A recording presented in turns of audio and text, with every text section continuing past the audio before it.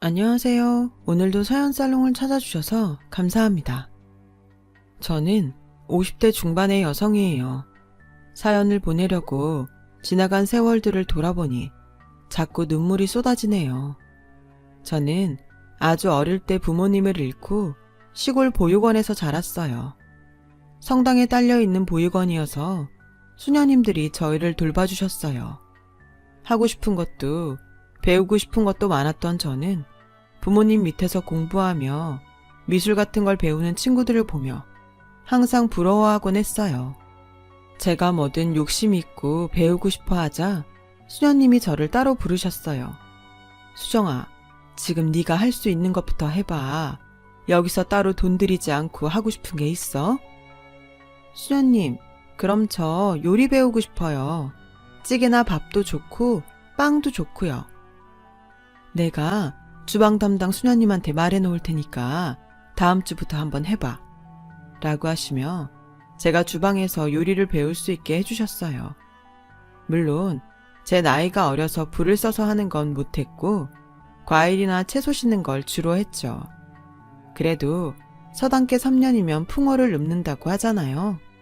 어깨너머로 배우다 보니 여러 요리들을 저절로 익히게 됐고 중학교에 가서는 칼질도 하고 불을 써서 하는 요리도 조금씩 맡게 됐어요. 빵이나 쿠키도 곧잘 만들었지만 저는 한식을 만드는 게 더 좋았어요.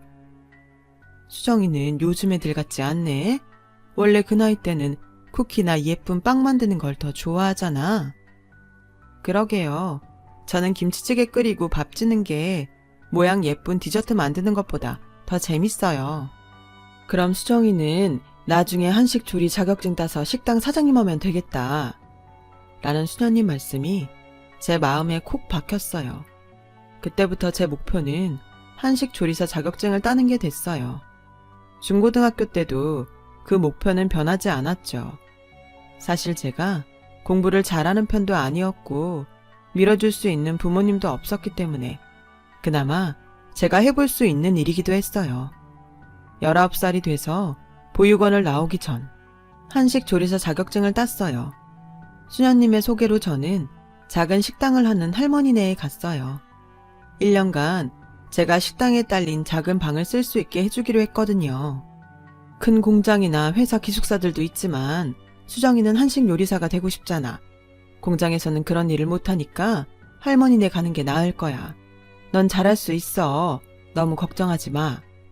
라며 수녀님은 마지막으로 저를 꼭 안아주셨고 할머니는 성당을 다니는 분이라 수녀님과 잘 아는 사이라고 했어요. 그분은 10년 전에 아들을 교통사고로 잃고 혼자 되셨다고 했어요. 그래서인지 저한테 따뜻하게 잘해주셨어요. 할머니는 제게 매일 도시락도 2개씩 싸주셨어요. 이러지 않아도 돼요, 할머니. 정말 저 돈도 안 받고 여기서 살게 해주시는 것만도 감사한데요. 기왕 사는데 밥 좀 싸주는 게 뭐 어떻다고. 내 집 내준 것도 아닌데. 내가 해줄 수 있는 건 해줄 테니까 너무 부담 갖지 말어. 나도 부모 없이 커서 이런 거 받아보고 싶었는데 넌 어떻겠니? 그냥 받아. 저는 할머니의 따뜻한 보살핌 덕에 무사히 고등학교를 졸업했고 한 회사 사내식당에 취직하게 됐어요. 할머니, 그동안 너무 감사했어요. 할머니 덕분에 저 졸업도 하고 취직도 잘 된 것 같아요. 자주 놀러 올게요. 건강하세요. 네가 잘했으니까 취직됐지. 내가 한 게 뭐 있어. 수고 많았어. 그리고 너무 자주 올 생각하지 말고 회사에 적응할 생각부터 해.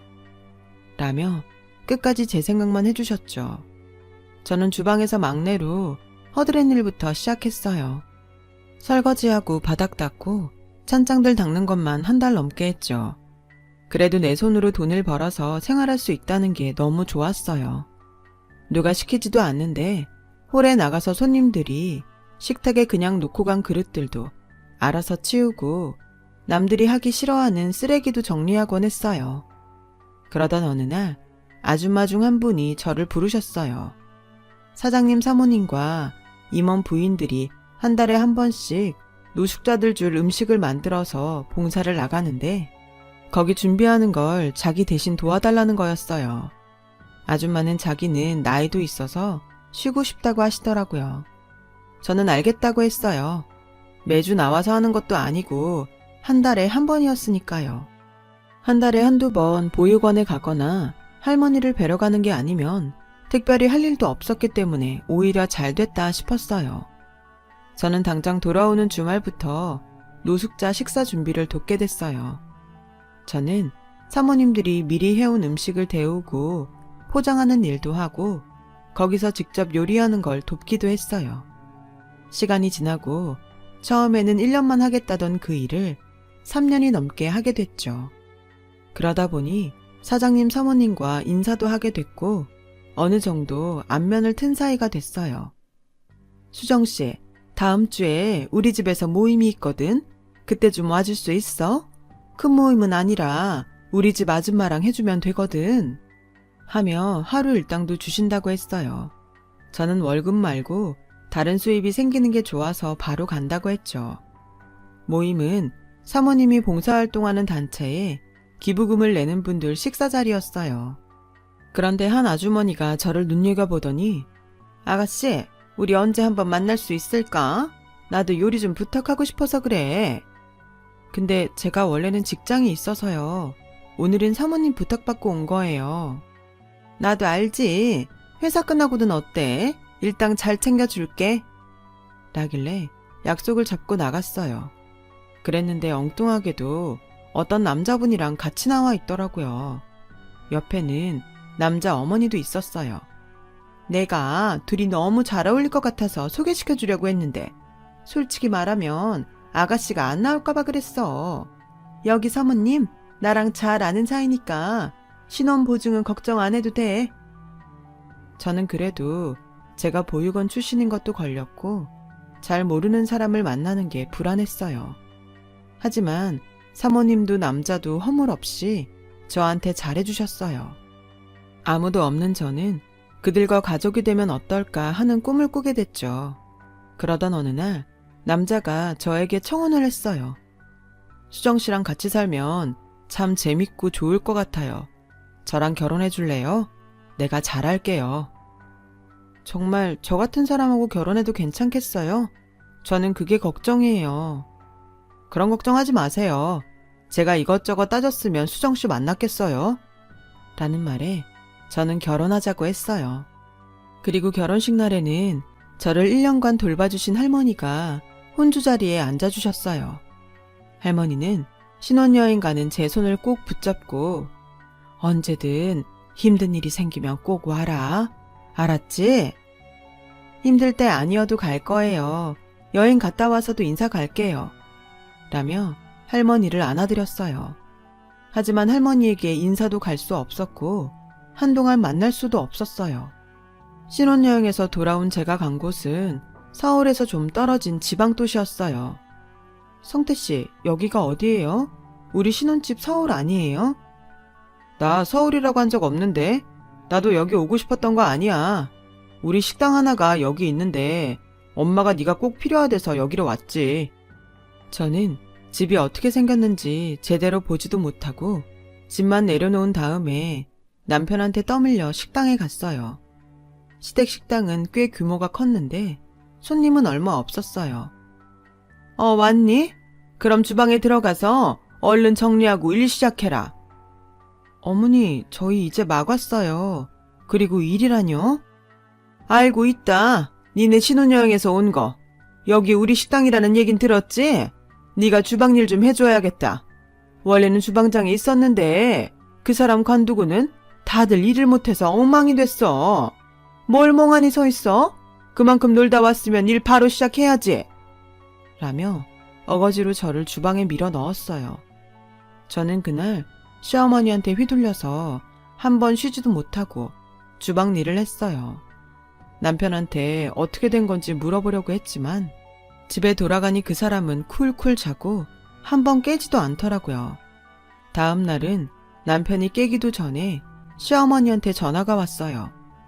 얼른 안 나오고 뭐해? 네가 와서 재료도 받고 다 씻고 다듬어야지. 지금 게으름 피울 시간이 어딨니?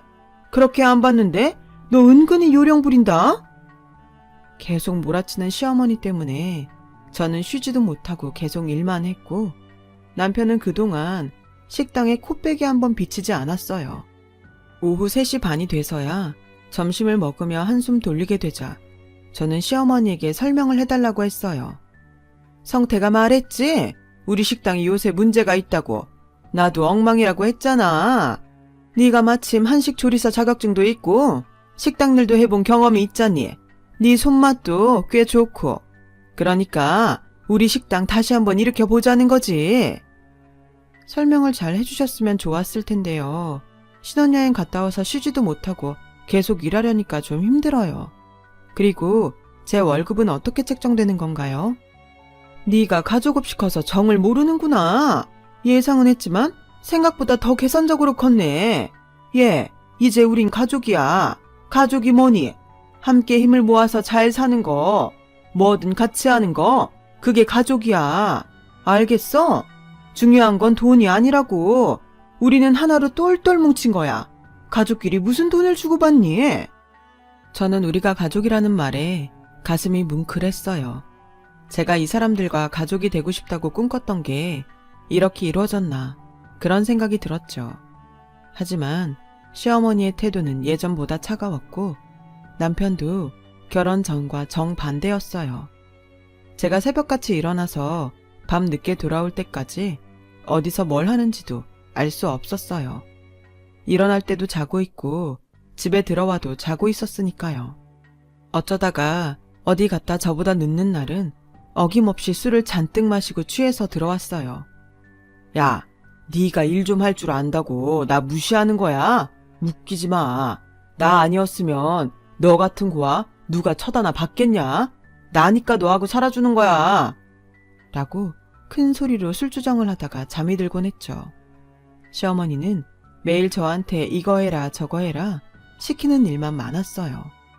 가끔은 제가 식당 다른 직원하고 다를 게 뭐가 있나 그런 생각도 들었어요. 다른 게 있긴 했는데 그 사람들은 월급을 받고 저는 안 받는다는 거였어요.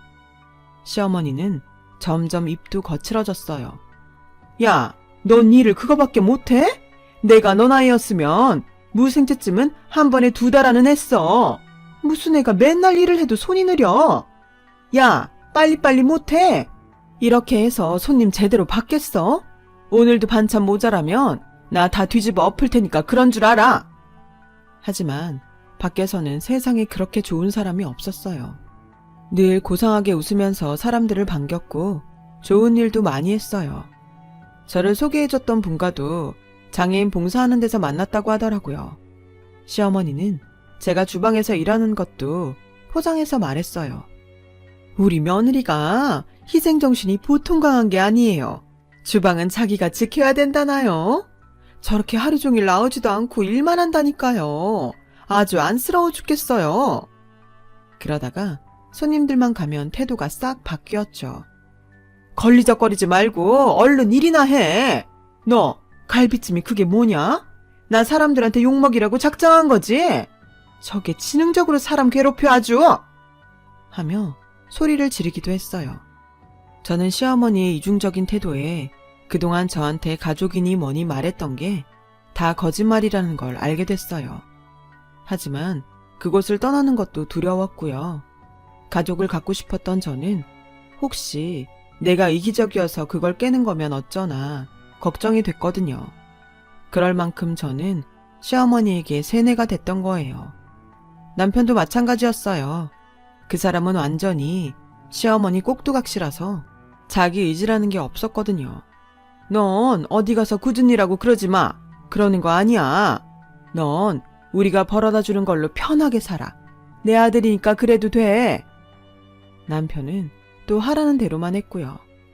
저는 그렇게 2년을 식당 주방에 갇혀서 일만 하며 살았어요. 정말 도망치고 싶을 때가 한두 번이 아니었지만 가족을 잃기 싫어서 참았어요.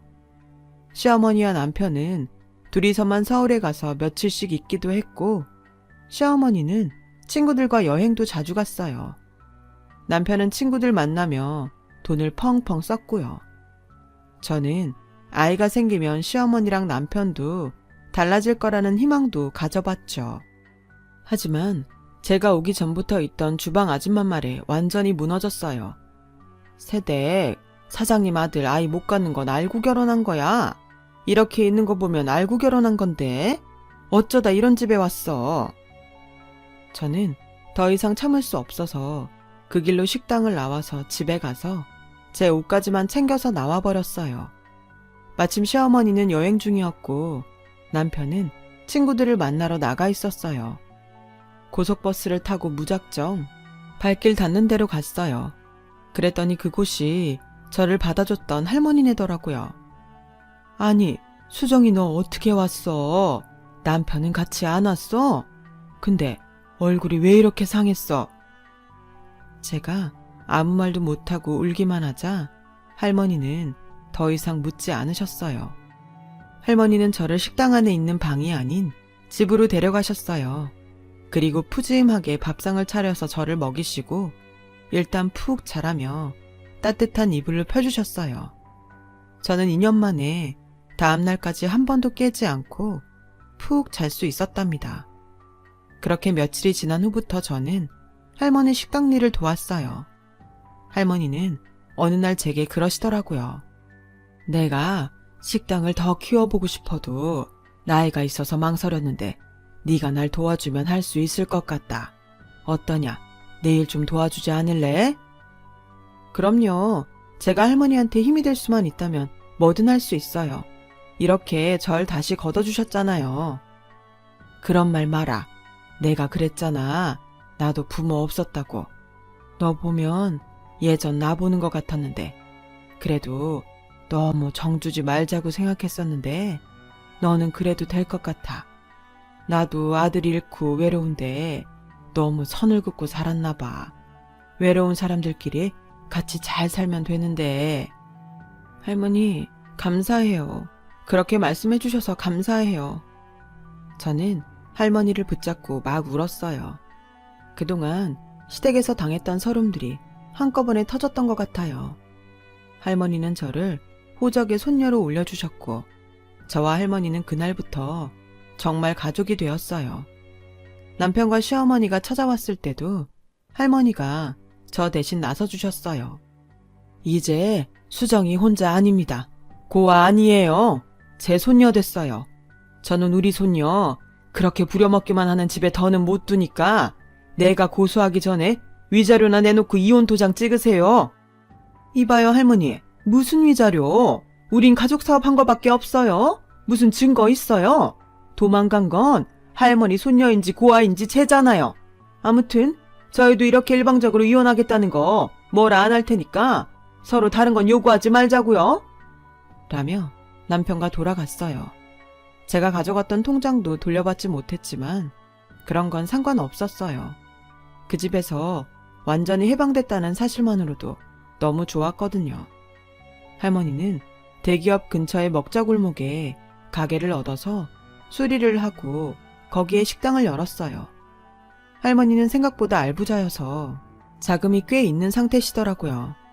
그동안 동네에서 하던 것보다 훨씬 큰 규모였죠. 저는 정말 열심히 할머니를 도와서 식당 일을 했어요. 2년 동안 너무 힘들게 일을 해서 그런지 할머니라고 하는 건 정말 힘이 하나도 안 들었어요. 저는 그때 여자 직장인들 입에 맞는 메뉴를 개발하는 데 힘을 썼어요. 매콤한 오징어 불고기나 치즈를 넣은 매운 요리 등을 만들었고 제 예상대로 젊은 여자 회사원들한테 반응이 좋았어요. 입소문을 듣고 온 손님들도 많이 늘었고 저녁에도 사람들로 북적였어요. 저희는 오징어 불고기를 하는 집과 닭 요리를 하는 가게를 따로 열기로 했어요. 전문적인 느낌을 주는 게 장사가 더 잘 될 것 같다는 생각이 들었거든요.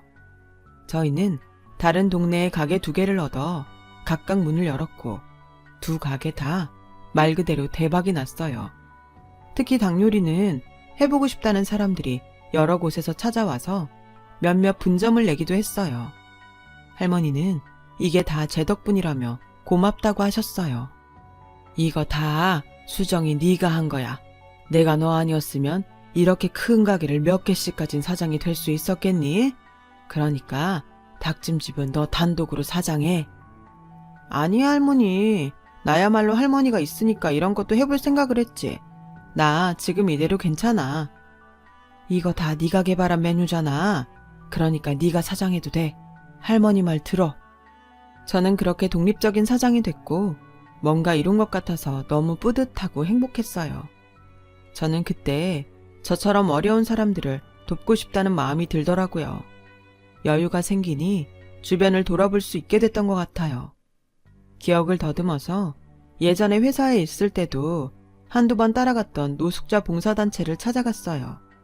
그리고 거기서 그 옛날 사장님 사모님을 만났어요.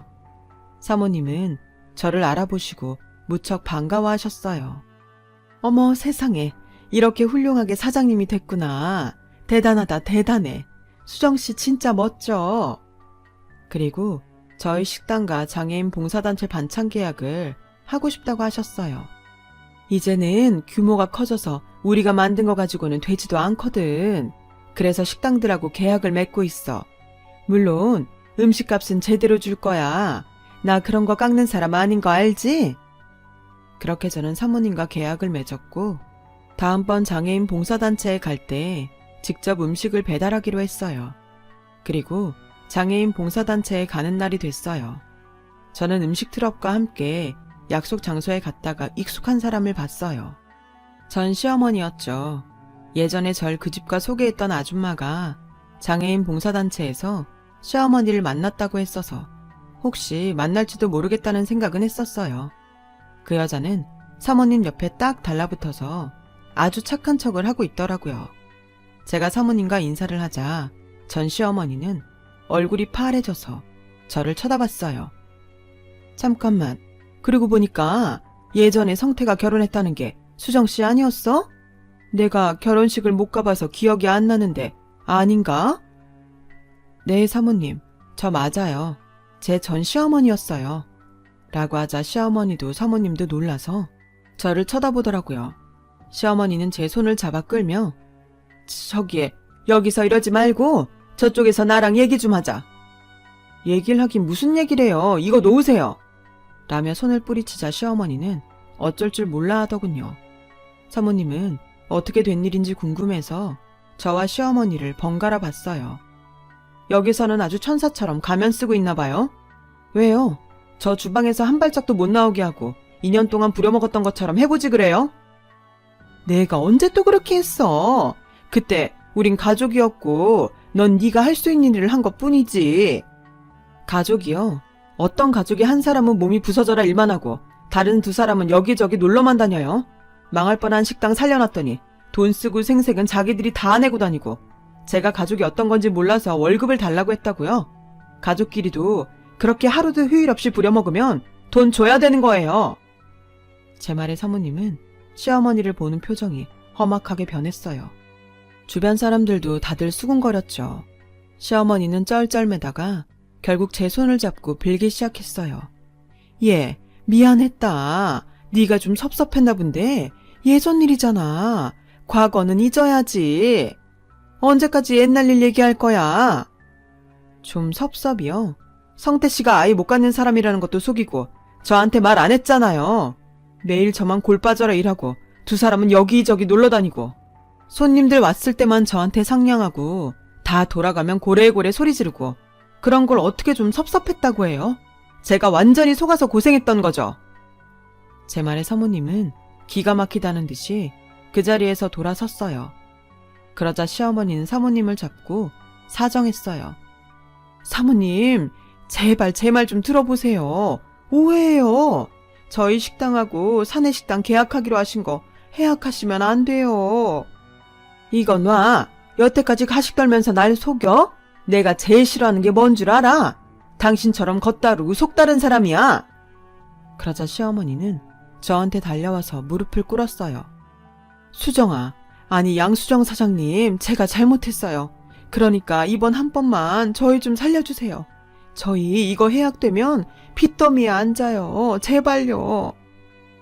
제가 왜요? 저랑 댁이랑 무슨 사이라고요? 이렇게 된 거 다 자업자득 아닌가요? 라며 돌아섰죠. 그날 분위기는 엉망이 됐지만 저는 속이 다 후련했어요. 그 후에도 시어머니와 전 남편은 몇 번이고 저와 할머니를 찾아와서 잘못했다고 싹싹 빌었어요. 그러면서 자꾸 사모님한테 말을 잘해달라고 하더라고요.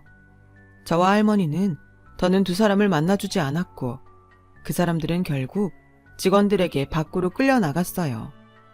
시어머니 식당은 회사 사내식당 음식을 못하게 됐고 여기저기서 돈을 끌어다가 식자재를 사고 직원을 채용했던 것 때문에 빚을 잔뜩 지고 길거리에 나앉게 됐다고 하더군요.